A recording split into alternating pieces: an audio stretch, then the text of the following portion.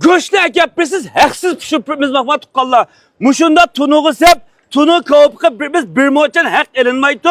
1 kilo akilamsiz, 10 kilo akilamsiz, ya bo'lmasa bunda bütün qo'yni akap, mana pishirib bergida desangiz, pishirib bersak bu odatda bitta qo'yni akasiz pishirib berish uchun 200 koy pul atdi. Lekin men ustam 200 koy emas, 2 mo'chan olmaymi bo'ldi. Mush meni qo'llab kelyapti ayol go'shta. Poştura kebapxonasi deb hozir hammadan bilitgan bo'lib ketdi. Mush kebapxonada mush kebapniki o'zining ta'mini hammadan tetib boqdi. Yana go'shtni akab bersa, haqsiz sapirma tetib boqsin. Aşı kebapim ezgan chaqda xidolim taqimi avito deb bunda yaxshi niyatli bilan mush filmni ishlab turyapmiz. Shunga to'qa xamalimni hanim bo'zi go'ndiq qilyapti ekan deb xo'sh olgan tuqqanlarimiz.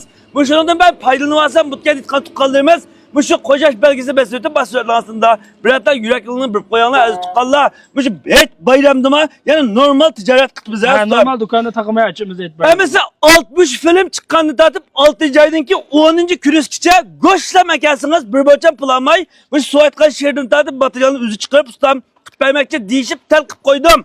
Endi mında bir değişip mında kıllı değişme asıl emezken ustamı makul dedi bir ta yürek yılını bir kollab koyanlar seni paydalanmasanlar etrafındaki dostlarına paydalanıp kalan bir sebepten film köprek takasa ustamdaki numarası peski aytak koydum gönce kubakanlı gönce kılıyorlar meni gönce kubakan basalım gönce kılıyorlarmış filmde yürek bergenlikin ustam ben toka hamalımın filmini köygen yürekni baskan disanlar 12 ayından kava göçte kepreste bütün nemmişte kıp kıpırtı ustam Mişan'ın adresine silgi bir deprey. Misalın adresi Koçtay Kebapxonasi. İnek adresidan ha? İnek adresi Karkaş, Aksaray, Yangağan, Çayavugo'da Dostluk kentiga joylashgan Koçtay Kebapxonasi yo'noluvdi, cho'ng yo'noluvdi. Qandığa, to'qaqa bayada meni yaxshi ishlar to'xtabay bor, go'nji qilib go'nji qilibanglar. Buningdan nochi, buningni yaxshi ishlar davomli bor usta. Ba.